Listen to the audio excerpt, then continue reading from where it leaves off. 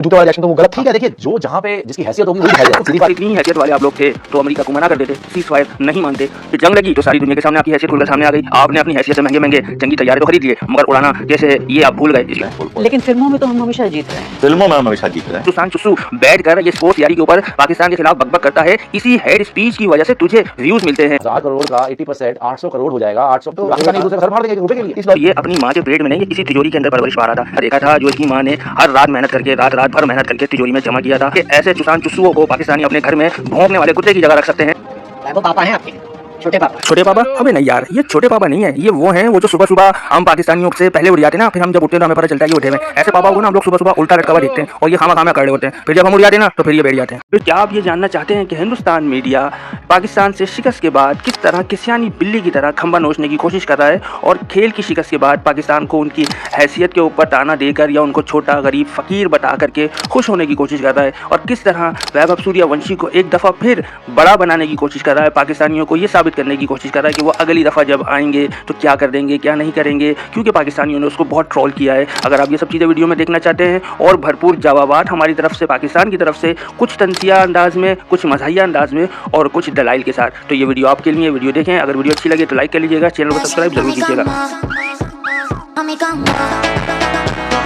आज जो इनका है जो कोच था तो मिले भी थे वहां पे जब प्रेस कॉन्फ्रेंस थी, तो वहां मतलब अभी तो उन्होंने स्टेटमेंट दी है कि इंडिया का एक प्लेयर है जिसने थोड़ा सा कुछ इनअप्रोप्रिएट एक्शन किया था, जिसके अंदर वो शूज वाला जो एक्शन था तो वो बड़ा गलत था, ऐसा नहीं करना चाहिए था। हमने ऐसा भी टाइम देखा जब इंडियन प्लेयर्स नहीं करते थे ऐसा, बट उन्होंने ऐसा किया तो जूते वाला रिएक्शन तो वो गलत था। ठीक है, देखिए जो जहाँ पे जिसकी हैसियत होगी वही दिखाई देगा, सीधी बात यही है। अगर आपको उसने करा है कि तुम यहाँ पे जूतों के धूल हो तो अच्छी बात करी है उसने, मैं कोई बुरा नहीं बोलता। बात अगर पैसे की और हैसियत की हो रही है और खेल की नहीं, क्रिकेट की नहीं हो रही, तो हैसियत तो हिंदुस्तान की भी सारी दुनिया के सामने वाज़ेह हो चुकी है। डोनाल्ड ट्रंप ने सारी दुनिया के सामने आपकी हैसियत को खोल कर ही नहीं नंगा करके रख दिया। और अगर इतनी ही हैसियत वाले आप लोग थे तो अमेरिका को मना कर देते, सीज फायर नहीं मानते।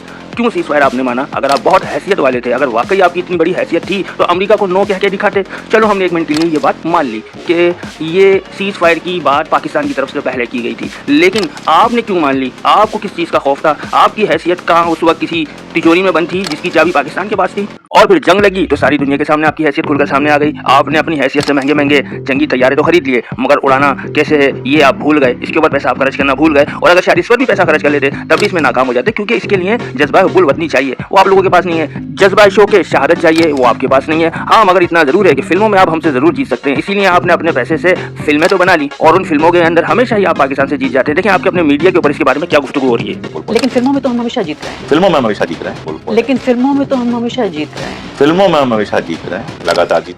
आप तो एक भी जंग नहीं लड़ पाते हैं, बातें दुनिया भर की करते हैं। जी हाँ, तो ये थी वो असल हकीकत कि फिल्मों में ही आप हमसे जीत सकते हैं, बल्कि आपकी कंगाली का आलम यह है कि आपकी फिल्मों की कामयाबी की जमानत यह है कि आपने पाकिस्तान मुखालिफ, पाकिस्तान पे प्रोपेगेंडे पे मबनी फिल्म बनाई, तो ही वो आपकी ऑडियंस और आपकी व्यूअरशिप आएगी और कामयाब होगी, आप पैसा कमाएंगे। यहाँ तक कि तू जो खुद सुसान चुस्सू बैठ कर ये स्पोर्ट्स यारी के ऊपर पाकिस्तान के खिलाफ बकबक करता है, इसी हेड स्पीच की वजह से तुझे व्यूज मिलते हैं, वरना तू भी पाकिस्तान के खिलाफ बात किए बगैर सड़कों के ऊपर भीख मांगता हुआ नजर आएगा। असल तो तुम लोगों की हैसियत यही है।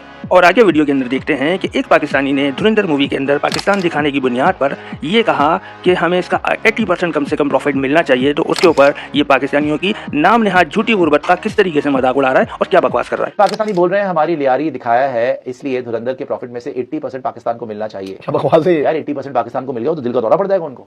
1000 करोड़ का 80% 800 करोड़ हो जाएगा। 800 करोड़ पाकिस्तानी रुपए में तकरीबन आपके 3200 करोड़ हो जाएंगे। 2400-3200 करोड़ उनके, 2432 करोड़ 100 करोड़ में तो वहां पे कत्लेआम हो जाएगा भाई। तो पाकिस्तानी एक दूसरे का सर फाड़ देंगे रुपए के लिए। इस लॉजिक से तो फिर जितना विराट कोहली के नाम पे है पाकिस्तान में वो होता है, हमें लेना चाहिए पैसा। ये हमेशा ही बड़े पैसे की बात करता है। मुझे ऐसा लगता है कि ये पैदा भी जब हुआ है ना तो ये अपनी माँ के पेट में नहीं, ये किसी तिजोरी के अंदर परवरिश पा रहा था, जहाँ चारों तरफ इसने वो पैसा देखा था जो इसकी माँ ने हर रात मेहनत करके रात भर मेहनत करके तिजोरी में जमा किया था।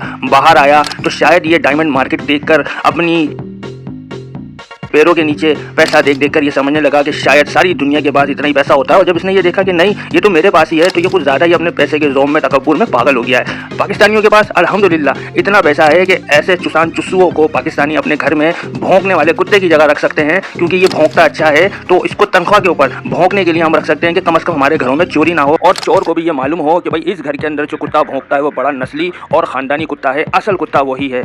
आगे बात करते हैं वीडियो के अंदर थोड़ी सी उस सूर्यवंशी की जो अब तक पाकिस्तान के खिलाफ मुकम्मल तौर पर नाकाम रहा है, मगर इंडियन मीडिया अब भी ये दावा कर रहा है कि वो एक दिन पाकिस्तान का बाप जरूर बनेगा और पाकिस्तान को कपड़े उतार कर पेलेगा। तो आइए अब वीडियो के अंदर देखते हैं कि ये क्या फरमा रहे हैं। पाकिस्तानी जो ट्रोल कर रहे हैं उसे याद रखना, वो पापा हैं आपके, छोटे पापा। छोटे पापा? अबे नहीं यार, ये छोटे पापा नहीं है, ये वो हैं वो जो सुबह सुबह हम पाकिस्तानियों से पहले उठ जाते ना, फिर हम जब उठते हैं तो हमें पता चलता है ये उठे हुए हैं। ऐसे पापा को ना हम लोग सुबह सुबह उल्टा लटका हुआ देखते हैं और ये खामा खामा कर रहे होते हैं, फिर जब हम उठ जाते हैं ना तो फिर ये बैठ जाते हैं।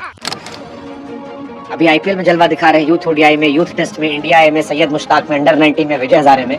पापा इंडियन टीम में बहुत जल्दी आएंगे छोटे पापा। अबे आने दे इसको, तू इंडियन क्रिकेट टीम के अंदर भी आने दे। हमारे पास भी अली रजा मौजूद है, अभी 3 दफा अली रजा ने इसको पहला है बड़ी बेहतरीन तरीके से। 3 दफा अली रजा के हाथों ये आउट हुआ है, फिर भी ये आएंगे, ये कर लेंगे। जैसे मोदी नहीं कह रहा था कि राफेल की कमी थी, अभी तुम कह रहे हो कि ये आएगा तो पता नहीं क्या होगा। तुम्हारे हर दावे फुस होते हैं हमेशा की तरह और तुम लोग मुंह की खाते हो, मगर फिर भी मुंह इतना बड़ा खोलते हो कि पाकिस्तानियों का दिल चाहता है कि तुम्हारे मुंह के अंदर जो ना तुम्हें एक अच्छा सा सबक दें, तुम्हें अच्छा सा लर्न दे ही दें। और जब आएंगे ना तो इस बार सीख कर आएंगे। वो जो जूता दिखाए थे, एक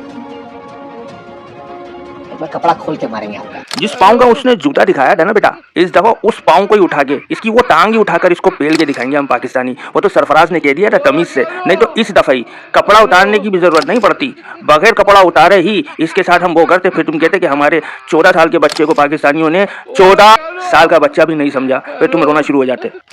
वेट कीजिए, थोड़ा सा बड़ा होने दीजिए, सारा रिकॉर्ड टूटेगा। अबे हमने कब रोका हुआ उसको बड़ा होने से? तुम ही लोगों ने रोका हुआ उसको बड़ा होने से।